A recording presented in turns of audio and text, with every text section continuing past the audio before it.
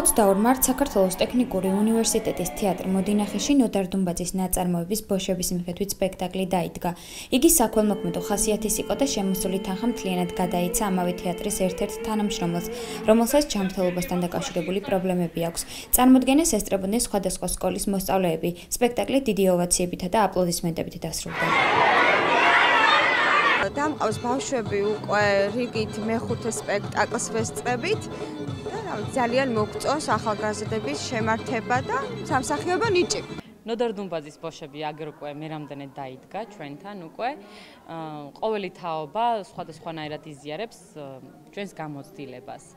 ყველა ჯერზე ძალიან დიდი გამოხმაურება აქვს, იმიტომ რომ ყველა ნოდარ დუმბაძის ნაწარმოები დიდი სიყვარულით და სითბოთი არის სავსე და არ მეგულება საქართველოში მე ადამიანი, ვისაც არ უყვარს ნოდარ დუმბაძე და მისი წერლობა.